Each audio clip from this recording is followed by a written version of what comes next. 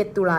2025อยู่กองบัญชาการป้องกันความสงบเขตสวรรณเขตได้จัดกองประชุมเผยแพร่ผลสำเร็จการดำเนินกองประชุมใหญ่ผู้แทนครั้งที่ 6 องค์คณะพรรคกระทรวงป้องกันความสงบเผยแพร่เอกสารโดยพลจัตวากงสวัสดิ์บุญเลี้ยงคณะประจำพรรคกระทรวงเลขาคณะพรรคกลุ่มใหญ่หัวหน้ากลุ่มใหญ่ตำรวจกระทรวงป้องกันความสงบ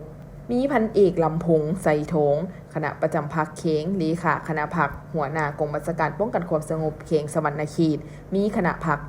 หากฐานคณะหงคณะพรรคกองบัญชาการป้องกันความสงบ14เมือง1นคร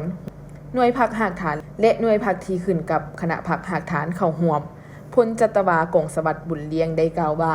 กองประชุมใหญ่ผู้แทนครั้งที่ 6 องค์คณะพรรคกระทรวงป้องกันความสงบได้ดำเนินไปด้วยบรรยากาศอันฟดฟื้นและเป็นเอกสารหับหงเอาทิศทางคาดหมายและแผนการเบี้ยงงานจุดซุ้มใน5 ปีต่อหน้า2025หา2030เป็นต้นเมนสืบโตปฏิบัติ4แผนงาน29โครงการเบี้ยงงานวิสาสะโพเพื่อรับประกันให้ประเทศชาติมีเสถียรภาพด้านการเมืองสังคมมีความสงบเป็นระเบียบเหี่ยมโฮและปลอดภัยโดยพื้นฐานสร้างสภาพแวดล้อมเอื้ออำนวยให้แก่การจัดตั้งปฏิบัติแผนพัฒนาเศรษฐกิจสังคมให้บรรลุคาดหมายหันเอาการพัฒนาแบบยืนยงก้าวขึ้นสู่สังคมนิยมรับประกันด้านพลาธิการสนองงบประมาณด้านต่างๆตามความต้องการอันเป็นให้แก่การเคลื่อนไหวเวียกงานวิสาสะโพและการเลี้ยงดูกำลังตามทิศนำของพรรคพึ่งตนเองกุ้มตนเองและสร้างความเข้มแข็งด้วยตนเองพร้อมเดียวกันนี้ผู้แทนกองประชุมยังได้พร้อมกันใช้สิทธิประชาธิปไตยปนบัตรคัดเลือกเอาคณะบริหารงานพรรคกระทรวงป้องกันความสงบสุดใหม่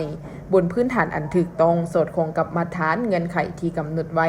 มีผู้สมัครรับเลือกตั้ง31สหายและเลือกเอา27สหายกองประชุมครั้งปฐมฤกษ์ได้เห็นดีเอกภาพเลือกเอาคณะประจำพรรคกระทรวง9สหายพร้อมเดียวกันนั้นในกองประชุมยังได้ปนบัตรเลือกเอาผู้แทนสมบูรณ์สำโรงเข้าร่วมกองประชุมใหญ่ผู้แทนทั่วประเทศครั้งที่12ของพรรคจำนวน20สหายจากนั้นก็ได้เผยแพร่บทโอลมของสหายทองลุนศรีสุริตเลขาธิการใหญ่คณะบริหารงานศูนย์กลางพรรคประชาชนปฏิบัติลาวประธานประเทศแห่งสาธารณรัฐประชาธิปไตยประชาชนลาวโตกองประชุมใหญ่ผู้แทนครั้งที่ 6 องค์คณะพรรคกระทรวงป้องกันความสงบตื่มอีก